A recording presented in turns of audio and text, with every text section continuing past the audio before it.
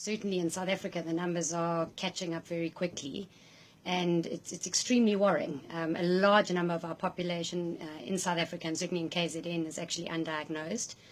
We're getting lots of patients coming in quite late with quite advanced complications.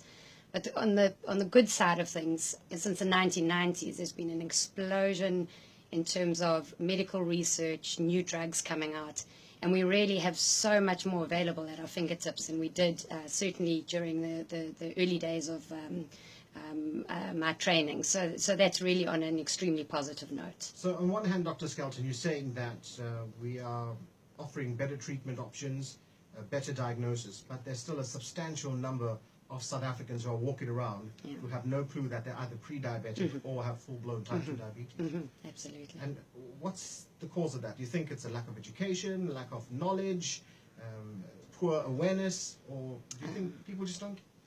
I think it's a combination of all of them. It's quite interesting because our diagnosis of diabetes in South Africa, we've got a certain number, and if you're above that number, we say, all right, you're a diabetic. In the States, they've actually moved that number to the left. So you are diabetic in the States at a lower fasting glucose than you are in South Africa. So what's the number for us in South Africa? So, actually diagnosing diabetes is quite complicated. It sounds like we've got a fasting glucose that's more than 7. The one great way of doing it is an oral glucose tolerance test, which most people are aware of. You come in with fasting, we do a glucose on you, and you get 75 grams of glucose mixture to drink. Absolutely terrible stuff. Tastes like the sweetest icing sugar ever. Right. And 2 hours later, we pull a second glucose. And if that second glucose is more than 11.1, you're diabetic. And if it's somewhere in between, you're labeled as a pre-diabetic. But at the end of the day, it's just numbers, isn't it? Sure.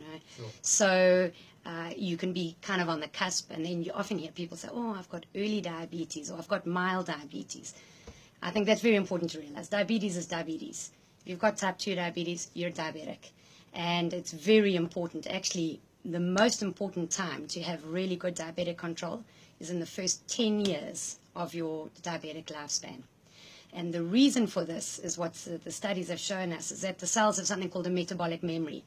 So they don't forget those years of the high glucose that's been running around in the cells causing havoc. And as a result, even if you get really good control further on down the line, the damage or the milieu has kind of been set earlier on.